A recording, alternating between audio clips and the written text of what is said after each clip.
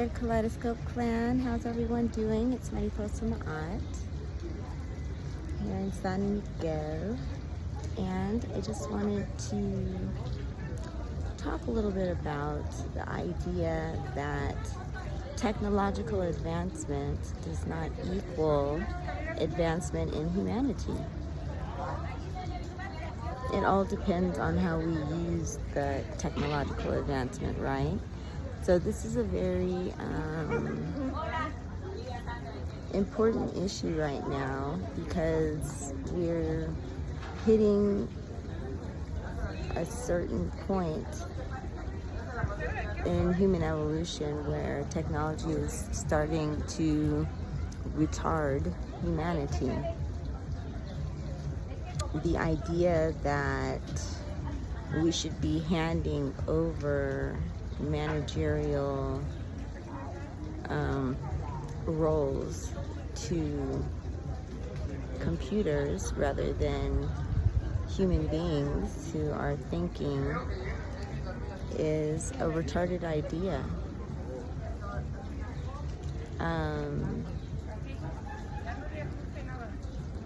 It's kind of like this. The invention of the car was a great thing so that we can use it when we need it. But it's not supposed to replace the idea that we should walk anywhere, right?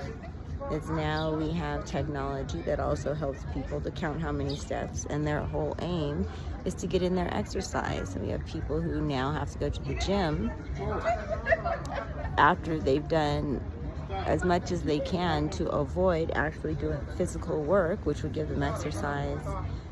Instead, you're trying to avoid physical work, and then you pay to do the physical work at a gym, right?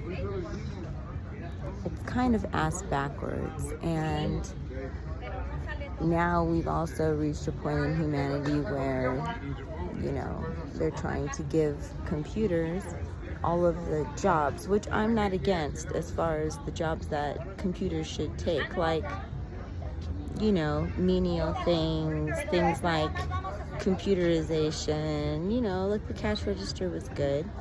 And it's okay if we advance past that, where you need less human input in those kinds of things.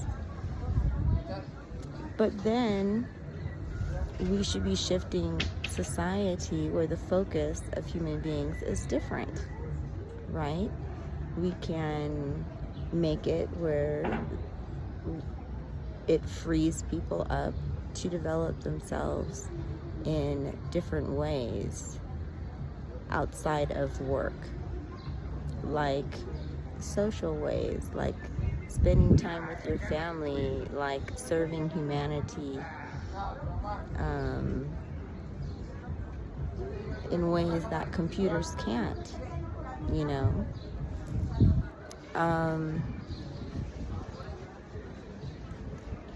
Why is it that all the so-called human leaders are people who are like robotic in nature, who are, very much like the evil geniuses that we've seen in the past in the old cartoons? It's like, I can do this and then I can take over the world, ha ha ha ha. But what about the feminine principle? What about nurturing and loving and caring of humanity? Where does that come in? Because that's not the same as vaccinations or something like that. That's still an aggressive, invasive procedure that's forced. There are loving ways that we need to inject into our social processes now.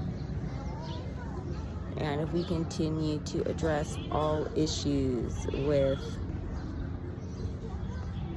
male solutions like war or thinking harder, faster, we're gonna miss the whole point of humanity, right? So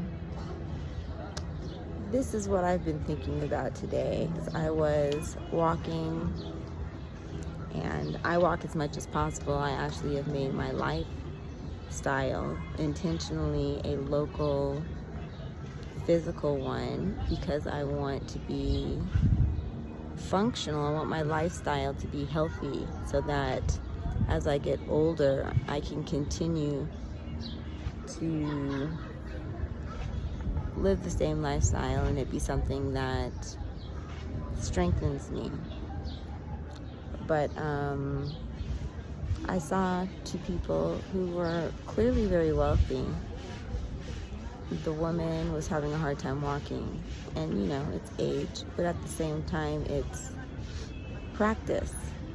She struck me as someone who had probably had a lot of, you know, house help, and who probably did not get out and do very much because she didn't have to, you know. In the past, that was seen as being very privileged. But then, again, your muscles start to deteriorate if you don't use them. So it's like, how do we use our privilege?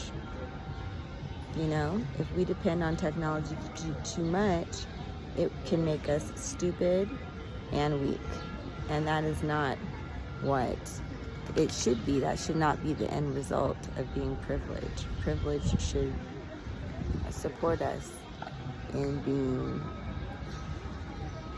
more intelligent and in being stronger. So it's like, yes, it's great to use the computer to learn more. You know, it's great that we don't have to have encyclopedias in our house in order to find out information, but that doesn't mean that we shouldn't study information. Like, that we shouldn't know anything and depend completely on the computer, you know, to tell us everything. We should critically think, and we should use our human sensitivities to make our decisions. It can't just be computations, and it can't just be regurgitations of what other people have done in the past, because times change, right? So again, I would assert that it would not hurt humanity at all if we completely stopped the progress of technology at this point. We need for the human psychology to be able to catch up with where we really are, so that we can deal with it as progressively and as in empowering way, or else we'll get swamped. And they've already made reports that it's very possible for AI to destroy the world, because AI decides that that's what it should do, or for it to make calls on what's best based on a very warped, demented way of thinking that maybe a lot of the elites have, but they are not the highest of what we have to offer. And they are just the most empowered physically. So these are things that we really need to think about. We're at a very key time where it's really important for us to make a shift, or else we'll be headed on the road of destruction. The other day, I heard that 80% of the bees had disappeared, that there was a mass kill-off of bees recently, and they're confused. But then I also heard it proposed that it was probably some of the chemicals that they've been putting in the air again, which we know would have detrimental effects. Of course it does. Of course it does, as it disrupts our ecosystem. So yeah, these are things that we need to continue to have a very critical eye on. You know, shout out to all the conspiracy theorists out there, because what conspiracy theorists do is they propose that some of the things that are being done are not healthy, and we need to question those things, right? Like chemtrails and things like that. There are people who argue with you that it's a silly thing to talk about, but these are the reasons why we're seeing, you know, our very existence being challenged. You know, we have to keep a balance, and unfortunately, when money comes in, a lot of the leaders seem to not care about keeping a balance. So these are things that we all need to keep in mind. So again, you know, maybe in your own life you should be thinking, is technology, you know, is it needed anymore? Like, let's look at video games and things like that, or even accessibility to the internet for children. Has it made children smarter? Has it made them more balanced?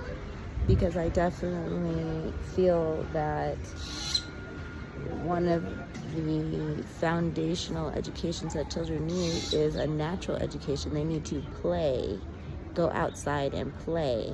That's a normal thing. If children are locked up on a computer, that's a little scary. It will stop them from developing properly, you know. It will stop them from understanding natural laws and from understanding their connection to nature. And that's very dangerous. So these are all things that we need to consider. It's okay for us to turn back the clock on some of the things that are dangerous. And it's okay for us to put controls on some of the things, like access to internet for children. It's something that is undermining parental, not control, but the ability for parents to guide their children.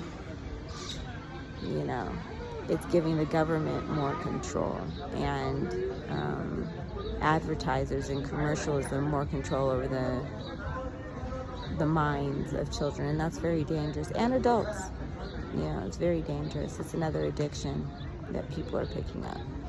So that is it. Very, very serious. Very, definitely something that we should all be thinking about.